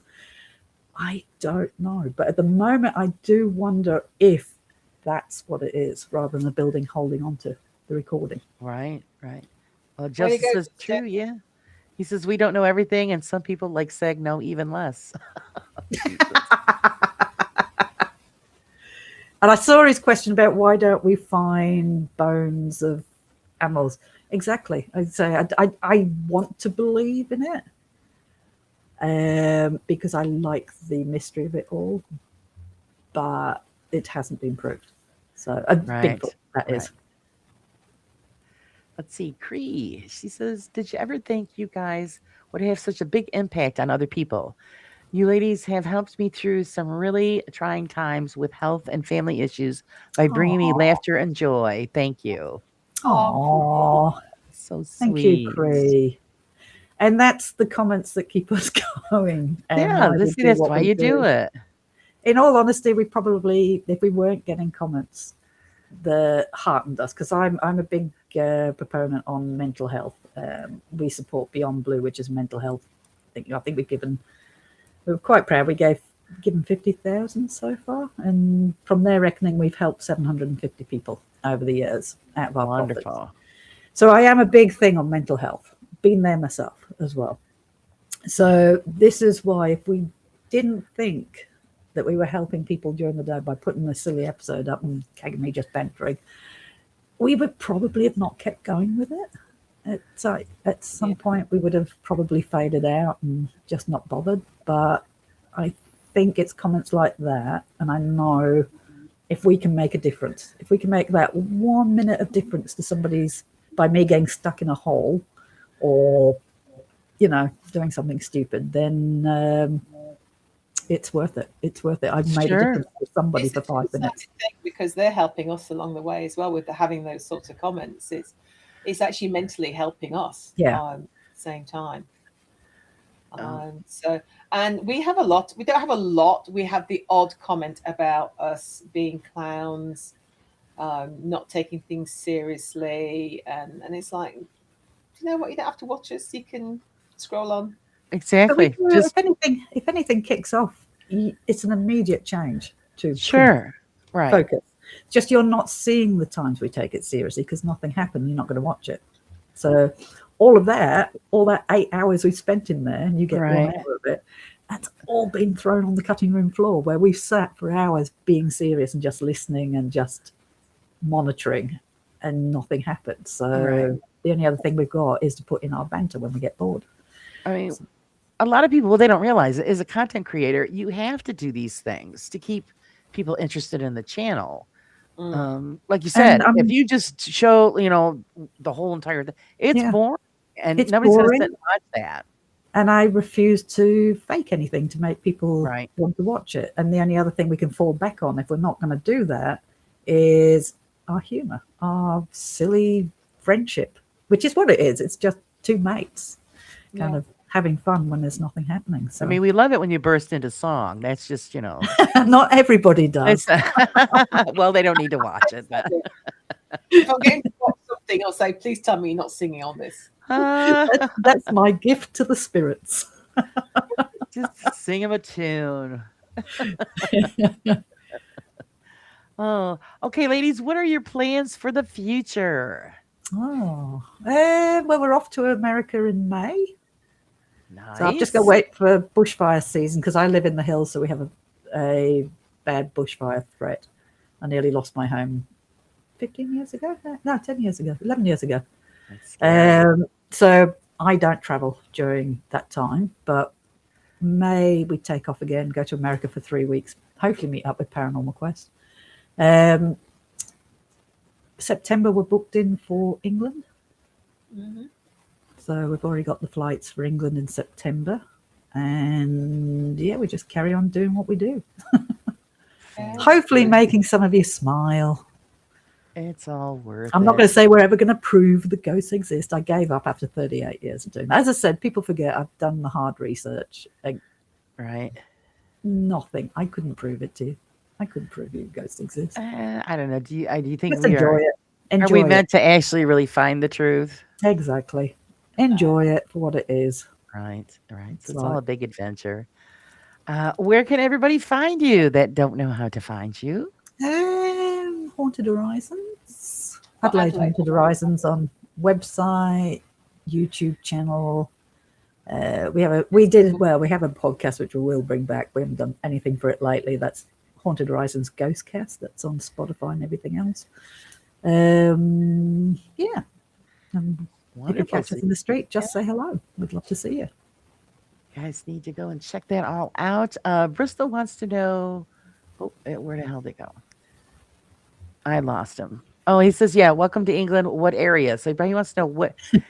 I would love to see you guys meet up with them because they're a hoot. We haven't even have a good time. We haven't even planned England yet. We've got the flights. That is it. So we haven't even planned it. We're off to America in 8th of May. We take off 8th of May, and we've got no locations yet because we haven't got our arse into gear. What area are you planning to visit here? I haven't even planned that. Well, we're landing in Columbus, and that's as far as we've got. That is as far as we've got. It's not us trying to hide where we're going. We haven't got a route yet. So I want to try and nip over into Canada if we can. There's 3 places that interest me. One I don't think allows investigating, but I'm going to try and approach the other 2. And if they say yes, I want to try and slide over the border there for a little bit and then slide back again. Probably, I'm guessing, Ohio, pretty much what we did last year. Ohio, West Virginia, Pennsylvania, New York, not the city though. It just depends if we can get those places to say yes. If they say no, we've got to reroute, in which case we'll go the other way. So, Right. Oh, that would be great if you came my way. so what area are you in? Central New York. Oh, okay. What, you're actually in New York? So I'm not in the city. It's Right. not what we would be considered, the rural area. It's I always tell people, let's see. Do you know where Syracuse is? Syracuse, New York, or Rochester, New York, Right. Buffalo? Or like where Kenny I Biddle know, lives, I know, Buffalo? I know No. Buffalo. All right, I'm about 4 hours from Buffalo, New York. Okay. Um, So, because Buffalo's where Rolling Hills is, isn't it? I believe so, It's, yes. yeah. So, yeah, I'm 4 hours from him, but we have a whole ton of stuff throughout this way. Oh, So do if you? you guys, get a chance to, they would be awesome. Mm, No, that give us a sounds give us a list. So, We'll look into it. Any okay, ideas? Any haunted places you can think of? Either just PM yeah, us and let us know. send them messages. See, they're going to come this way. You got to give them some ideas. Yeah. Okay, guys, I want to thank you all for joining us and enjoying these wonderful ladies. Thank you, girls, for joining us. I really appreciate you. it. Hope Yeah. that We was look all right. forward to all of your new adventures and all the new videos. Thank And you. you guys put out some great questions. You really did. Please don't forget to go subscribe to them if you're not. You're missing out. Go get caught up on all those videos. Uh, and of course, the links were in the chat. Find them, and you'll be doing yourself a great favor. Thanks for joining us, guys. And Thank until you. then, everybody, remember to live life a little bit on the raw side. Until next time. Thank you.